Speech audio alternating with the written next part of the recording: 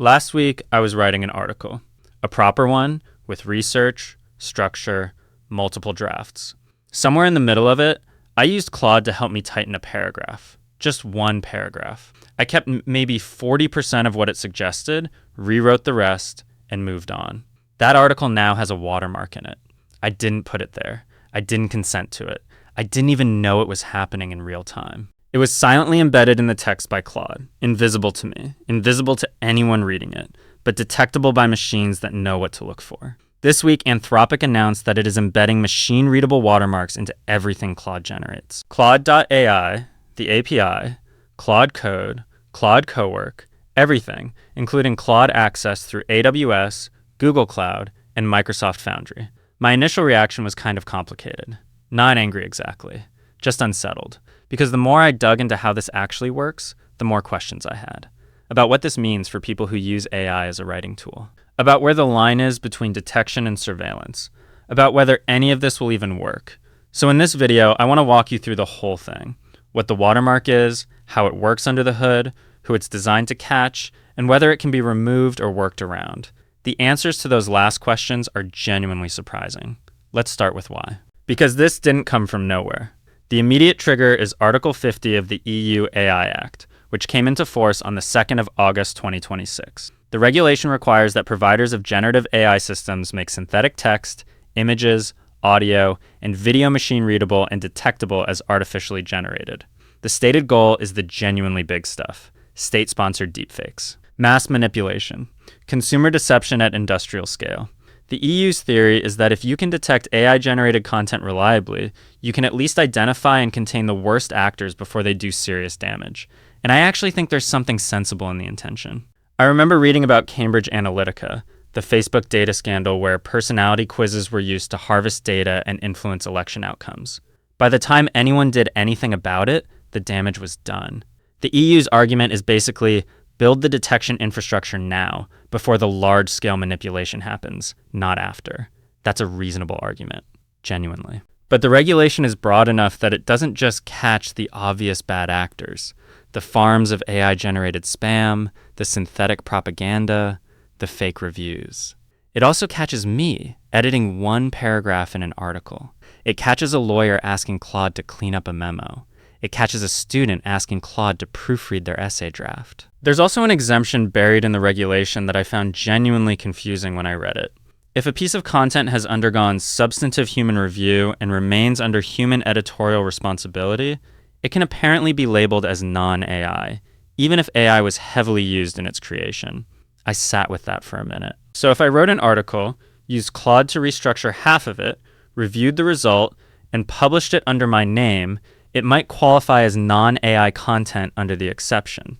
But if I asked Claude to draft something and published it with only light edits, it wouldn't. The line between those two scenarios is left almost entirely undefined. I don't think anyone fully knows yet where that line actually sits. Now let's talk about how this watermark system actually works. To be honest, Anthropic hasn't publicly announced exactly how their watermark works. But based on what's been published in AI research, here's the most likely approach, and it's elegant. When Claude generates text, it's not just picking words randomly. At each step, it has a probability distribution over what word could come next. So imagine Claude is writing the sentence, "The workshop was surprisingly," and it's calculating its next word. Maybe it thinks useful has a 28% probability, productive has 24%, enjoyable has 18%, practical 16%, interesting 14%. It then samples from that distribution, usually picking from the top candidates. Here's how the watermark modifies this, without changing what the sentence sounds like. Before sampling, the system secretly divides the plausible next words into two groups. Call them green tokens and red tokens. The grouping is determined by a secret cryptographic key, essentially a random but reproducible assignment that only Anthropic's detector knows about. Green tokens get a small probability boost. Red tokens get a small penalty. The model then samples as usual. But over hundreds of word choices, it ends up choosing disproportionately from the green group. A human writer, with no knowledge of the key, would be expected to land on green tokens about half the time by chance. Claude, subtly nudged at every step, lands on them significantly more often. Detection is essentially a statistical test. If you have a 200-word text and 130 out of 200 eligible tokens are green, when you'd only expect 100 from random chance, the mathematics says it's essentially impossible for a human to have written that. Not unlikely.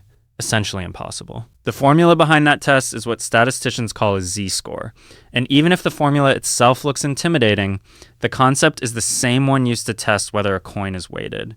You can't tell from 3 coin tosses. But if a coin lands heads 6,500 times in 10,000 flips, you can be very confident it's not a fair coin. The watermark works the same way, not in any single word. And the accumulated statistical pattern across the whole text. And the detail that surprised me most, copying and pasting doesn't remove it. Changing the font doesn't remove it. Moving the text to a different document doesn't remove it. The watermark lives entirely in the word choices themselves, not in the formatting, not in the metadata, not in any hidden characters. Just in the statistical fingerprint of which words were selected. I'd assumed, naively, that watermarking meant some kind of tag or invisible marker, something you could strip by copying clean. It's not. It's baked into the language itself. And after all this, my initial assumption was that this is a tool for catching plagiarists, students submitting AI essays. Workers passing off AI output as their own. And yes, that's part of it. But the more I sat with it, the more I realized there's a subtler problem that most people aren't talking about. Watermarking detects that Claude processed text, not that Claude authored text. This distinction matters enormously. If you write a 2,000-word essay entirely by yourself, then ask Claude to proofread it and fix a few sentences. The resulting text may come back watermarked. The watermark would say, Claude probably touched this. It would not say Claude wrote this. Those are completely different statements, and the detector doesn't distinguish between them. Anthropic explicitly acknowledges this. They give examples: proofreading, translation, summarization, file conversion. All of these can result in watermarked output, even when the underlying content was entirely human-created. Now imagine that same situation in an academic context. A student writes their own essay. They ask Claude to fix some grammar. They submit it. The teacher runs a watermark detector. It comes back positive. What does the teacher conclude? There's also the false positive problem. Even a very accurate detector, one that's wrong only 0.1% of the time, would still incorrectly flag 100 genuinely human-written essays in a collection of 100,000. That's 100 people potentially accused of something they didn't do. At scale, that's not a rounding error. That's real harm to real people. The technology might work technically. The interpretation problems that come with using it to make decisions about individual people are serious and largely unsolved. Now you might ask, can we remove the watermark? The short answer, it depends entirely on what you mean by remove and how much effort you want to put in. Simple copying, as we established, does nothing. The watermark survives format changes, platform changes, and copy-paste completely intact. Light editing, changing a few words, replacing some adjectives, probably doesn't fix it either. The watermark is a statistical pattern across hundreds of choices. Swapping 5 words out of 200 barely moves the needle. Heavy paraphrasing is more interesting. Research has found that sufficiently aggressive paraphrasing, where you're genuinely rewriting sentences rather than swapping synonyms, does reduce detection reliability. One study, called the Dipper study, successfully evaded multiple AI detectors, including watermark-based systems, while broadly preserving meaning. But a competing study complicated this picture. It showed that after strong human paraphrasing, watermark fragments can still survive because rewritten passages often retain phrases from the original. After heavy paraphrasing, reliable detection required around 800 tokens on average, so it's not a clean escape. It raises the bar on how long a text needs to be before detection becomes confident. Translation is genuinely interesting and slightly absurd. If Claude writes text in English and a completely separate system translates it into French, the token pattern may disappear because the French tokens were chosen by a different model with no knowledge of the watermark key. But if you ask Claude itself to translate its own English output into French, Claude can embed a fresh watermark into the French text. It's like laundering the money, but forgetting that the casino is also owned by the same bank. Using a different AI model entirely bypasses Claude's specific watermark completely. Claude's detector can only identify text watermarked by Claude. It has no ability to flag output from Gemini, GPT, or any open source model. And open source models are especially resistant because users can modify the sampling code itself, essentially removing the mechanism that applies the watermark in the first place. And then there's this theoretical result from a paper called Watermarks in the Sand, which I think is the most honest framing of all this. Under reasonably general assumptions, perfect text watermarking is probably impossible. The fundamental reason is simple. Meaning is stable, but wording is replaceable. If many different texts can express the same idea, a watermark attached to one particular wording can't control all of them. Now, you might think all of this is happening because of EU, but you are wrong. Yes, the EU AI Act is the regulatory trigger. But there's a second reason why Anthropic has moved on this quickly, and I think it's actually just as important for them as a company. AI model collapse. Models get worse when they're trained on AI-generated text. This has been demonstrated experimentally. When you feed a model outputs from previous AI models and train on that, the quality degrades over successive generations. The models start producing text that's less varied, less grounded, and in some cases actually nonsensical. There's already speculation that some of the strange outputs from newer, bigger models come from training data that's increasingly polluted with AI-generated content. A watermark solves this problem for Anthropic's own training pipeline. If every piece of Claude output carries a detectable fingerprint, Anthropic can exclude it from future training data cleanly. They know exactly what their own model generated. They don't accidentally train the next version of Claude on Claude's own previous outputs. So while the public framing is entirely about transparency and EU compliance, and that's real, there's also a very practical internal benefit that makes this move strategically sensible for Anthropic regardless of the regulation. Now here's where I have landed for all of this. The watermark is best understood as a statistical tripwire, not a fingerprint that works on every piece of text. Not a tamper-proof signature, a tripwire. It will work well against certain things. Direct copying and pasting of Claude output, large-scale low-effort AI content publishing, spam farms, dataset contamination. For those use cases, it's probably effective and the cost-benefit makes sense. It will work progressively less well against extensive human rewriting, strong paraphrasing, translation through other systems, short texts, mixed authorship documents, and any sophisticated attack designed around the eventual detector specification.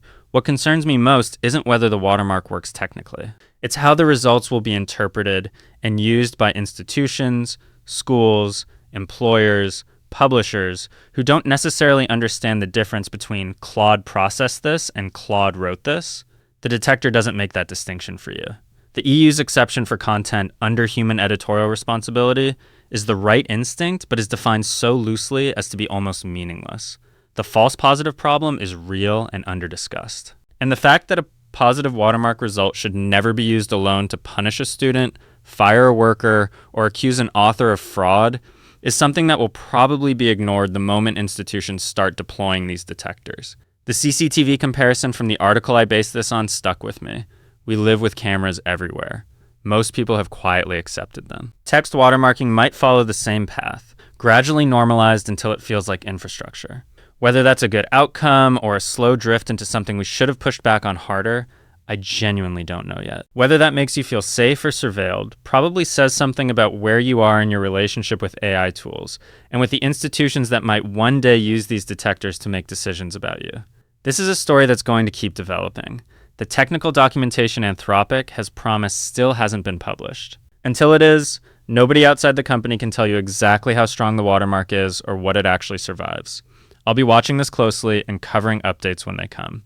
If this helped you understand what's actually happening here, hit the like button. It genuinely makes a difference for how many people this reaches. Subscribe if you want more of this kind of breakdown. And drop a comment.